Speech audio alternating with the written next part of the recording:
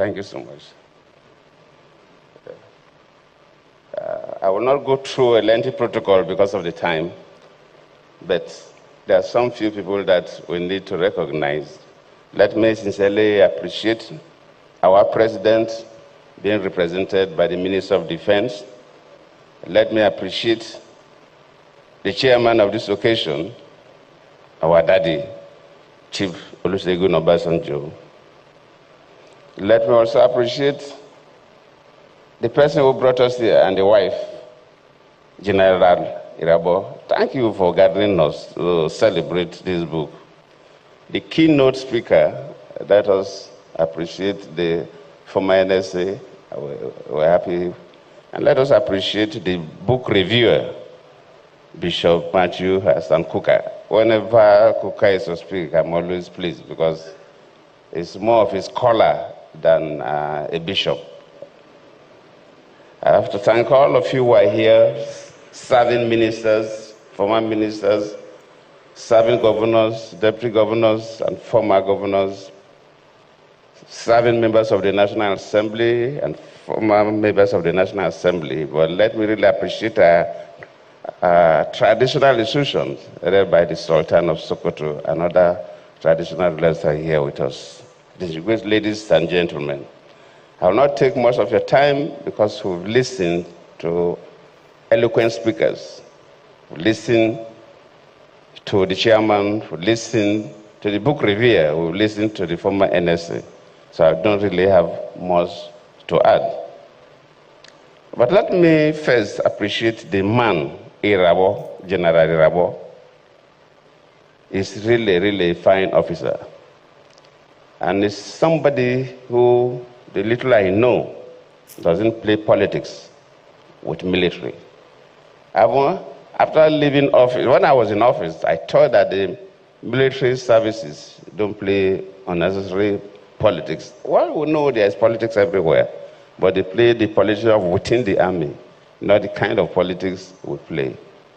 But after leaving office, I realized that quite a number of professionals in the security services play dirty politics. But General Rabo is one person that does not get into that. White is white, black is black. Thank you, you're a gift to this country. And the title of the book is quite interesting. Scars and the Boko Haram Conundrum. It is interesting because, when I was in office, and one of the major scars on my government, and would be on my face, and like Bishop Kuka said, no plastic or cosmetic surgeon can remove it, is the issue of the Chibok girls. It's a scar that I will die with. But later on, people may know a little more details. And that's also to do with the Boko Haram. What do they really want?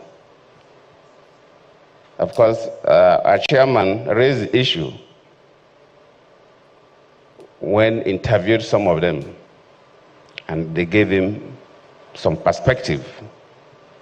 But probably one day, I pray that some of the Boko Haram leaders may be literate enough to document what they have done, so that people will really know what they wanted.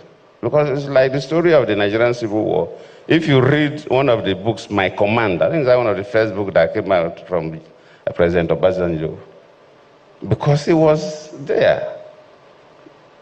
Then Ojukwu wrote his own, Because I Am Involved. So when those who were involved in something say it, you get a different perspective. If you go through a research, interview a lot of people, yes, you'll get part of the story, but you will never get the full story of the Boko Haram. Because I was there. The Boko Haram started 2009 when I was the vice president to late Yaradua. Of course, I took over 2010 for 5 years, battling with the Boko Haram until I left.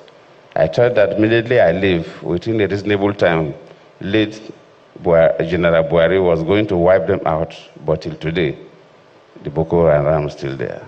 So the issue of Boko Haram is a little more complex than sometimes we can conjecture.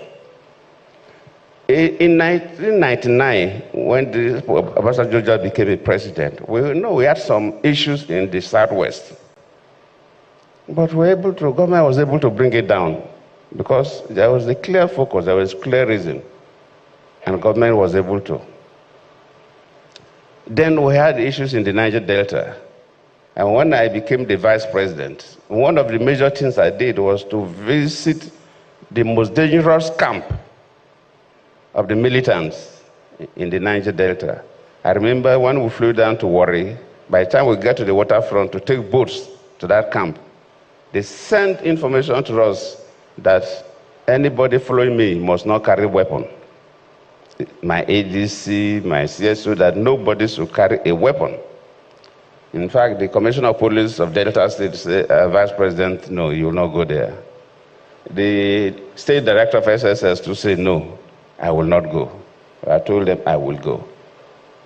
So even my officers, my ADC, my CSO, and so on, they handed over their guns to the CP and the SDS of Delta State, and none of them carried weapons. When we landed at the camp, these boys lining up one this way, one road this way, with their assault rifles, just facing the bush, not even looking at my direction as if there was nothing happening. We passed through them, We had a meeting with their leaders and so on. We had spent almost 1 hour there. When we came back, that was the beginning of solving the the Niger Delta crisis. And we're able to get through. At least now, there's a reasonable pace in the Niger Delta. If you, like Bishop Kuka mentioned, the 82 and 83, when we have the Maitasinde religious crisis in this country.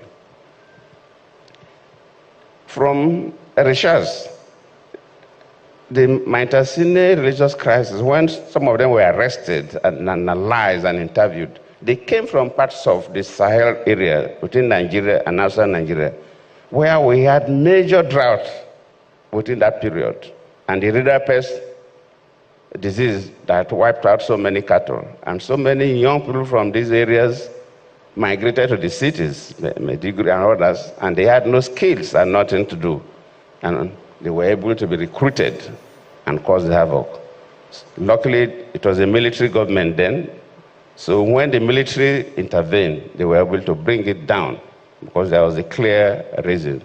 A reason of young people who were looking for survival, but they had no skills, and so on and so forth. So if you put all these things together, you begin to say, this Boko Haram, why is it that from 2009 till date, we've not been able to resolve the crisis of Boko Haram? So just like Bishop Kuka tried to raise some fundamental issues. Yes, we need to approach it differently. The issue of carrots and the stick may be adopted. And yes, probably they need certain, but if you look at the weapons they use and you value the weapons, then you know that these are not hungry people. So the soldiers that sometimes capture some of the weapons will see better. But the weapons they use, the ammunitions they use, sometimes they even have more ammunitions than our soldiers. So it doesn't show that they're hungry people. And where are these guns, sophisticated weapons coming from? And you begin to see that the external hands are also involved, especially when I was a president. So it's a bit complex. And it's not a matter of a single story. But I believe as a nation, we have to look at the concept of Boko Haram and approach it differently from the conventional approach. I believe one day we'll get over it. So once again, let me thank you, General Irabo, for this, because I always appreciate people who clearly document events so that maybe sometimes when we write our own, we'll borrow from your documentation. And I believe that all the military officers who were involved in this Boko Haram saga should be able to give us information about what the Boko Haram stood for. If it is only about hunger, because we tried different options, I don't need to give a sermon. It will look as if I am trying to defend my own government. That will come up later when we will document, we'll write our books. But I believe we took different options, set different committees. We tried our best within that 5 years that I was there. I believe late Buhari too must have tried his best, because one of the committees we set up then, the Boko Haram nominated Buhari to lead their team to negotiate with government. So I was feeling that, if they nominated Buhari to represent them and have a discussions with the government committee, then when Buhari took over, it could have been an easy way to negotiate with them, and they would have handed over their guns, but it was still there till today. I believe the government, luckily the defense minister is here. The service chiefs all are represented here. I think we will need a slightly different approach, and God willing, we will be able to resolve this crisis. I thank you all.